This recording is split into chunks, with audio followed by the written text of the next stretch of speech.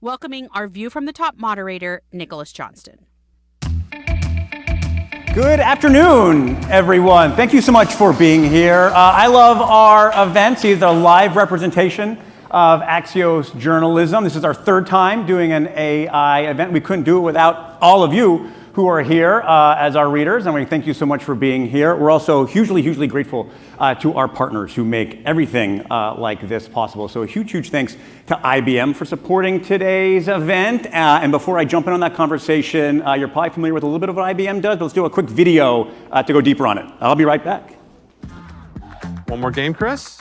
I don't know, Eli. I have to do some research for the U.S. Open broadcast. Oh, you should use the U.S. Open app for that. It's full of AI-generated insights to get fans and broadcasters up to speed on every match, like the IBM Power Index, likelihood to win predictions, and draw analysis. It even uses AI to generate spoken commentary for hundreds of match highlights. Okay then, game on. Let's go. AI-generated commentary and insights built with IBM Watson X. So we've probably all seen some of that stuff during the US Open, during Masters, and so I'm very excited to go a little bit deeper on it with two special guests. Entrepreneur and tennis legend Maria Sharapova and the man behind the magic, IBM's SVP for Communications, Jonathan Adashek. Maria, Jonathan, welcome to Axios. So Jonathan, I want to start with you. Not an empty seat in the room. Nice. Not bad, I right? like it. Yeah. All for you, Jonathan. No, for you. Come on. It makes sense why IBM is here, but you showed up with a tennis legend friend. And we've seen a lot on television, a lot what IBM does at the Masters, US Open. Pretty cool stuff to do. Give us a view from your vantage point about how IBM thinks about that and what you're focused on. Yeah. Well, first, thanks for having us, and Maria, thanks for being here. We've got a great partnership with Maria, and it comes from the work we do in sports. And the way we look at it, I was just watching a video this past week that we created around the Masters. And there's a line in it that says, you see golf, we see data. The same thing applies to tennis, it applies to fantasy football, it applies to all the things that we're involved in.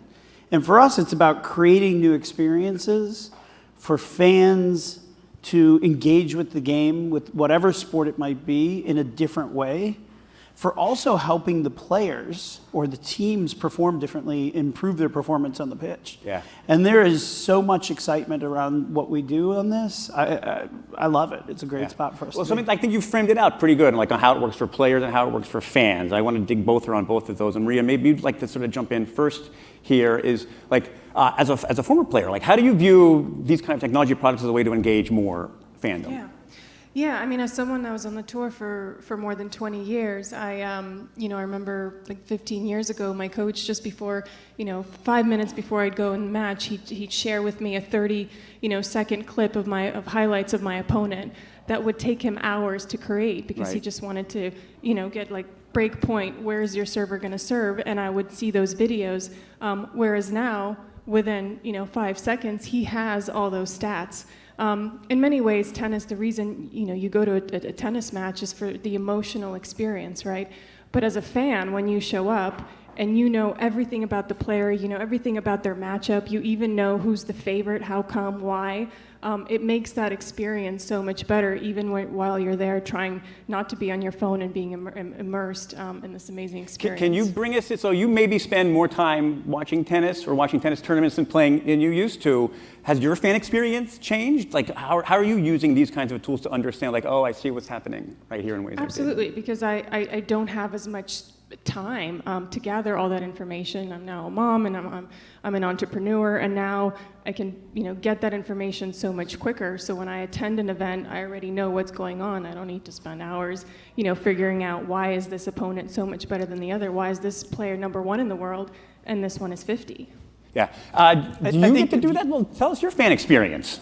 I love it. I mean, and like Maria's talking about for tennis, we look at golf. I've had many a golfer at the Masters say, I go home every night after the round and I spend all night on your app, the Masters app, because you can look at every shot that every player is taking and they can all think about how do they play it the next day, knowing where the pin's going to be placed and how that changes.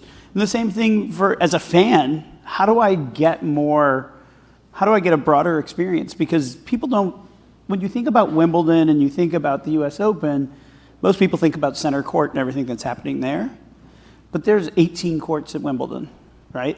And there are 18 matches being played at the same time. And when that amateur who has made it in, who lives, in Brazil and the family can't come, and you can watch it online and you can engage, you can get that commentary provided. See and engage with much more than just what's, I guess, on the front page of all of it. Exactly, yeah. I mean, seeing if you're an up-and-coming player that's 17 years old and you have a fan base, in India and Brazil, and you get to hear commentary in all these different languages, and something that you tried out for the first time at Wimbledon last year, I remember, where they did AI-generated commentary for all the courts, which when I played that certainly wasn't the case. But back to like the US Open and the draw analytics and the app and where you go to see all of that. As a player, when the draw came out previously, you'd know your matchups, who you play well against and who you didn't match up well against.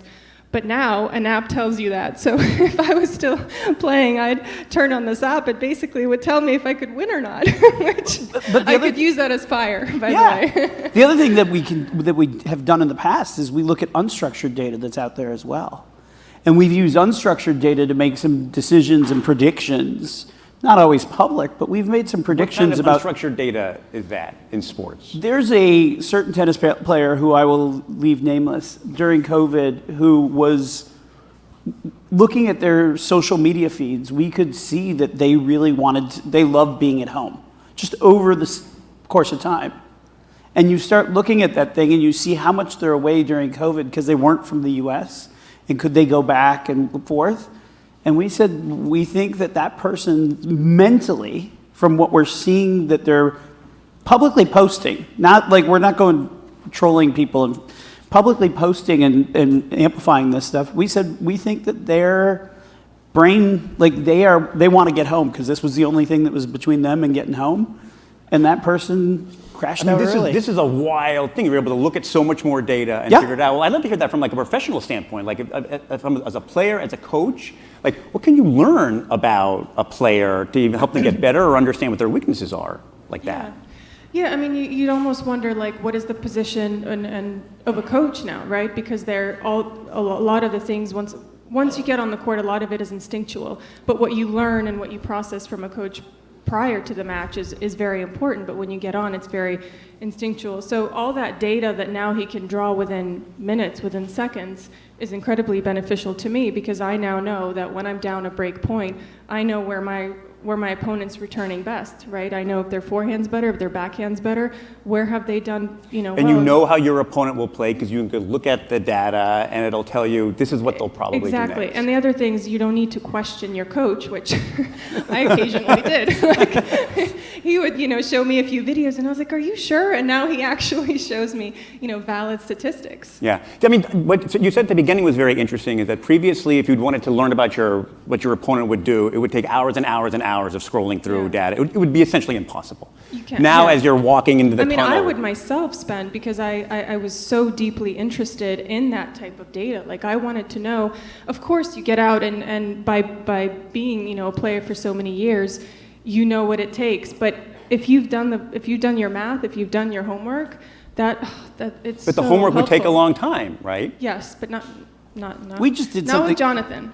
Huh? Not with you. It's quick. It's quick. We just did something with FC Sevilla, the soccer club in Spain, and we took hundreds of thousands of scouting reports that they had, and we helped them create an AI solution. They now, with natural language prompts, can go and look at all these players from game reports and scouting reports and understand who do they want to go sign, who do they want to bring into their program, even at a younger age. Because it's great. We all know Maria because of the great career she's had. But as you were making your run up, think about how much more this impacts the fan base as people could get familiar with you so much faster and see all that historical play and understand how you play more. Yeah, the process of a scouting report is definitely quicker. I mean, how do you use it to keep an eye on people? Are there things that you're able to like sift through these mounds of data to figure like, here's somebody who has a very specific skill set that I would have never been able to figure out? Watch Yeah. this person for a couple of years. I mean, for example, there's a young girl that just won her match at the French Open. She's 17 years old. She's the youngest since Martina Hingis. I did not know so much about her, but this has been her year. She's going to be top 20 very soon, and by not knowing much about her, I was like, well, where am I going to get all these stats? And I went online, and through AI, I knew like where she's performed well against what players, where what her weaknesses are, like her second serve, just all these things. You can learn like a statistical picture you would never have gotten. No, so now otherwise. when I go to an event and I'll watch her for the first time, perhaps at the U.S. Open, later this year in September, I'll know, so I'll be so much more informed about her as a player. I'll go back to golf for a second. What we did this year at the Masters. I keep talking tennis, you keep talking. I'm touching on both. Come on. Because it's broader. I did talk soccer for a second. Okay, yeah, you did. But what we did was whole insights at the Masters this year. And we took 8 years of data. We took every shot played at the tournament for 8 years. And you could then go look at the players who were active and say, this is how they usually play this hole, and understand the conditions, and are they more likely to perform, to get a birdie or a par? Are they playing more conservative? And how does that change from hole to hole? Which allowed us to be much more focused and have some better predictions and outcomes. I mean, this is like a thread you can pull through almost all of these AI discussions, is that it's able to boil this massive ocean of data and help us understand what would almost essentially be impossible. But I think the other thing, yes, and the thing it allows you to also do is start adding different data. Because as you look at all these things, Maria, playing tennis, I would imagine that if you could lay weather data, for example, on top of it, or you could lay what the crowd, because we also analyze what the crowd noise does and how they're What's the weather reacting. like? What was their social media accounts doing? But beyond the unstructured, but if you really look at the weather and you look at the crowds and you look at all those things, most people would just say, okay, they usually hit 60% forehands, right? But then you can start looking at things in such different ways that gives you a much broader picture. Yeah. We could talk about sport the entire time here, but I guess we got to do the business side a little bit. It's not all fun and games, Jonathan, is it? It's not all fun and games. Draw this thread a little bit then for the folks in the room who maybe aren't professional tennis players or masters level golfers, how this translates into the real world.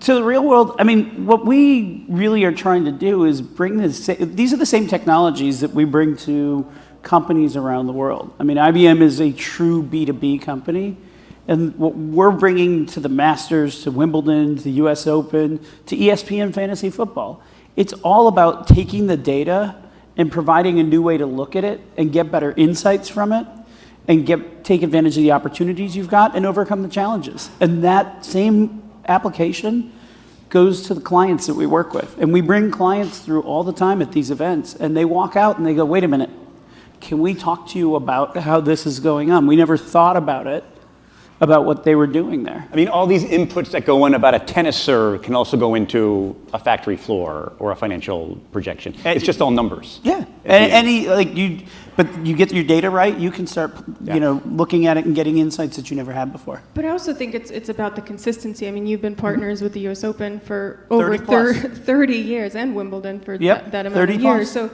I think, that type of data in sports specifically is so niche, and so to have those 30 years of data, it's not like it's coming from one company to another, and this is like an organic flow of data that's just been collected over so many years. Right. Well, so like at Axios, we like to end on one fun thing. When we do AI events, I like to end on one future thing. So I want to spin this conversation forward, right? If we had gone to young Maria and said, you know what, in 30 seconds you could get all of these videos downloaded on a magical phone.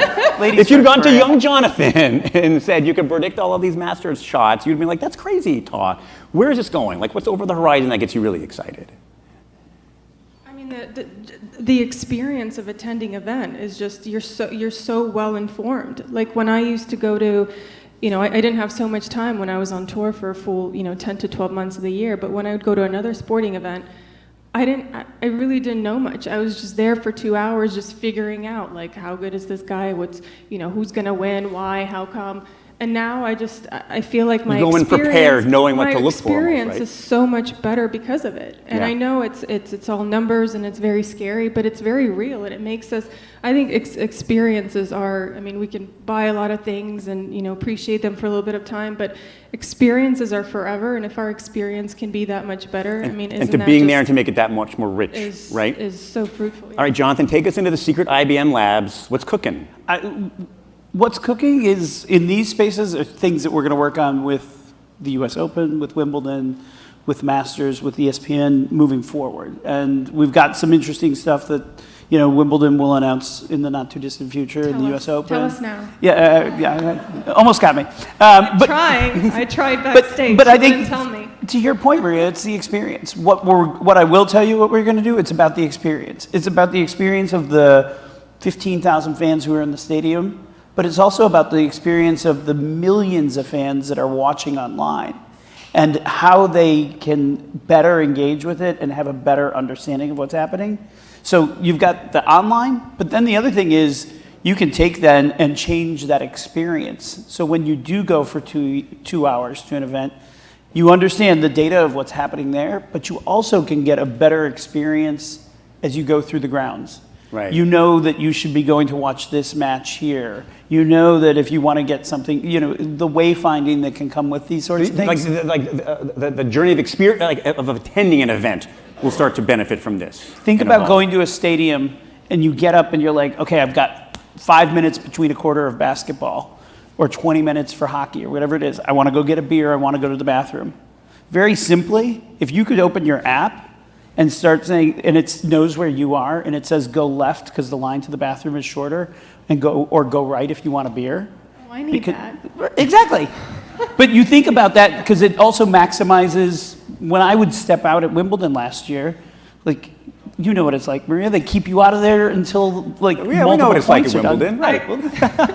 I actually don't. I'm going to be. I'm going on the grounds this year for the first time. I'm going to do a whole walkthrough of the grounds, which I haven't done in many years. So figuring out other ways to take all this data and interpret it and provide it to the person watching, attending, and to have the best experience possible. Virtually or in person. That's what's going to continue to happen, and it is massive, the opportunities. Perfect. Fun things to look forward to. Maria, Jonathan, thank you so much for being here. Thanks for IBM for making today possible. Stick around. The conversation continues. Thanks. Thank you.